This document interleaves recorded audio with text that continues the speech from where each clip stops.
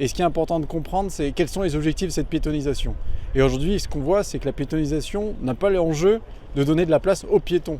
Ce qu'on pourrait dire, c'est quand même con, c'est un peu l'objectif d'une piétonisation.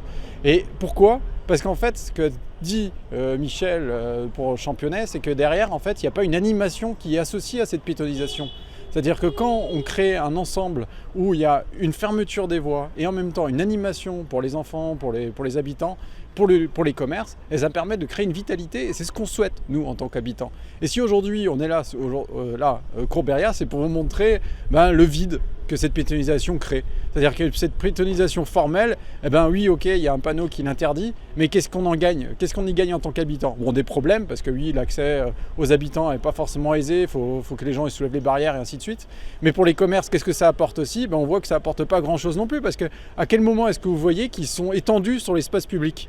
Vous pouvez filmer l'ensemble du Courberia, vous verrez qu'il n'y a aucune extension sur l'espace public. L'espace public, il est exactement utilisé comme il l'était avant, il y a juste le bruit des voitures en moins.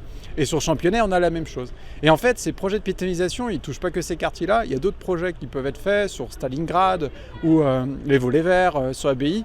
Et en fait, la question qu'il y a, c'est qu'aujourd'hui, on préfère mettre 100 000 € pour qu'il y ait des vigiles qui ferment des rues où il ne se passe rien, que de mettre 100 000 € et regardent leur smartphone, que mettre 100 000 € pour qu'il y ait des animations qui sont intéressantes pour les habitants. Et qu'on ait une fermeture, au lieu d'avoir une fermeture pour 15 jours, on fait une fermeture pendant un week-end et ça permet vraiment d'avoir une plus-value pour les habitants. Et en tant qu'union de quartier, nous, c'est ça qu'on sollicite. Aujourd'hui, on est là, présent sur ce Courberia pour dire que l'an prochain, cette année c'est parti, mais que l'an prochain, s'il y a toujours encore cette envie de piétonisation temporaire, nous on dit banco, si on le fait sur un week-end ou sur quelques jours réduits, mais qu'en même temps on ait des animations qui soient vraiment pour l'intérêt des habitants et des commerces et qu'on puisse redynamiser un peu le centre-ville de Grenoble en étant un lieu de destination qui soit sympathique.